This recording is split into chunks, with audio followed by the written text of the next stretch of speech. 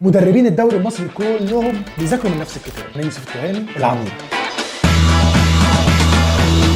الهدف الاساسي لمعظم المدربين اللي بيشتغلوا عندنا هنا في مصر ولا انه ياخد دوري، ولا انه يقعد في الدوري، ولا انه يحقق مركز كويس في الدوري يأهله ان هو يشارك في بطوله افريقيه. هدفه الاساسي انه يفضل قاعد في منصبه لاطول فتره ممكنه، اكل عيش، بغض النظر عن الكره اللي بيقدمها والمشاريع اللي عايز ينفذها والجمل اللي بيحفظها للاعيبته والتكتيك اللي ماشيهم عليه. المدرب في الدوري المصري هو اكتر مدرب في العالم بيشتغل تحت ضغط، مش عشان يحقق حاجه بالفريق اللي ماسكه زي ما قلت لكم، بس عشان بيبقى خايف على اكل عيشه، عشان ده لو تعادل ماتش وخسر ماتش هينطروه. طب بنتكلم في فنيات المباراه، شايف المباراه ازاي النهارده؟ يا راجل هو المقاولين لاعب، انا اسف يعني مع احترامي ليهم، عمالين يعلقوا وخلاص.